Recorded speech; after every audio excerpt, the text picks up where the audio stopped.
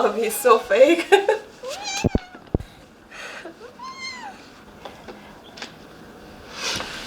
Am I a man hater? After my experiences in Meghalaya, I had to reduce my interactions with South Korean men. I had this intense fear that they might voyeur me and they could record me if I have sexual intercourse with them and then kind of release it on porn sites. So all those fears made me protect myself from interacting with South Korean men. Is that a hatred? I don't think so. I started having more disrespect towards men who are misogynistic in South Korea, and that is the majority of men in South Korea, unfortunately. So misogyny in South Korea has a very particular, its own unique texture, and a lot of misogynistic ideology goes around this idea of paranoia, this idea that men are being reverse discriminated against women because men have to serve the military. In South Korea, men have the obligation to serve in the military service. On the other hand, women do not carry that responsibility. And since this point, it has become a struggle between men versus women instead of when it should have been a conversation between the South Korean citizen and the government regarding the corruption and these unfair treatments and the sacrifice that South Korean men have to carry towards its governments. The second center of this paranoia is around money, and this idea gets concentrated into a concept that is called bean paste girl. Bean paste girl, it can be directly translated into an English word, gold digger. They believe that South Korean women are taking advantage of men financially. South Korean women, bean paste girls, are asking for men to pay for their dates, pay for their gifts, pay for their restaurants, pay for their food, pay for their cars or anything and everything. However, if you really look into it, ultimately it's the sense that women are becoming more expensive, like men are having to expend more resources into having relationships, having physical relationship with women. So this idea of access to female bodies, it becomes heavily economized.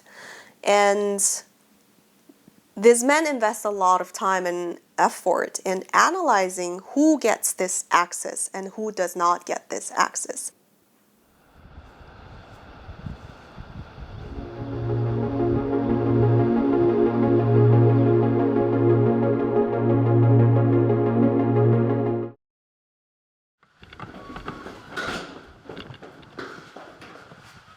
It would be nice if you can shoot me from I was helping a rape victim from Australia, and she was trying to raise awareness about her case.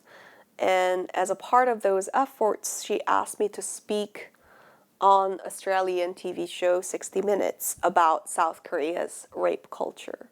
So when I agreed to do the interview, I kind of foresaw that I would be one of their victims as well. I predicted that I will be witch hunted, which I did. Several days later that the interview got released, people were capturing my photos and they were sharing my personal identity information. They were commenting about my interviews and they were leaving incredibly violent, sexually aggressive, and derogatory comments about me.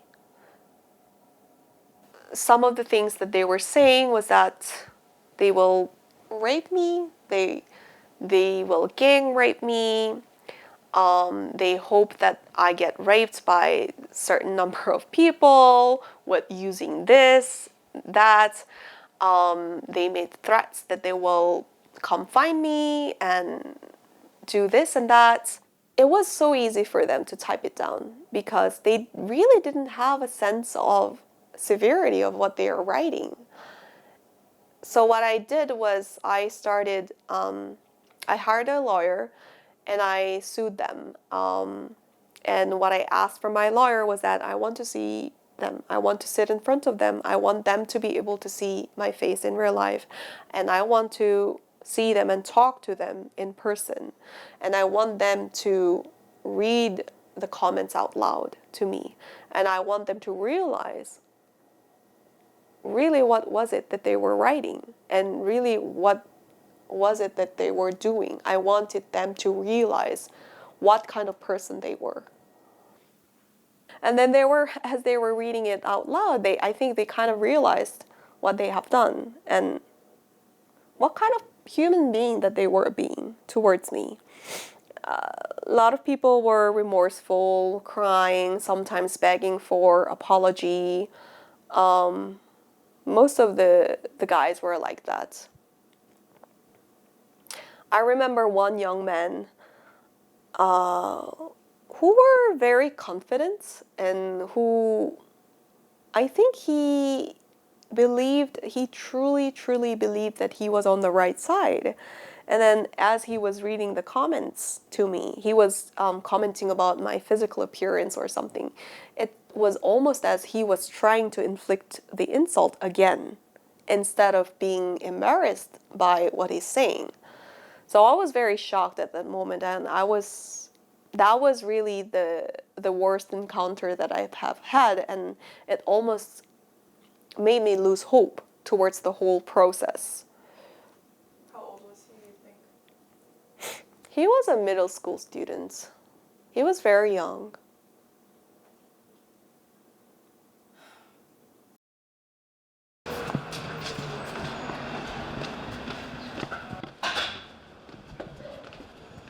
So I think South Korean society, what they have been saying is that women should stop being angry and be forgiving of what's happened in the past and be working with men and be embracing of men. And yet what I don't see is what is coming from the man's part.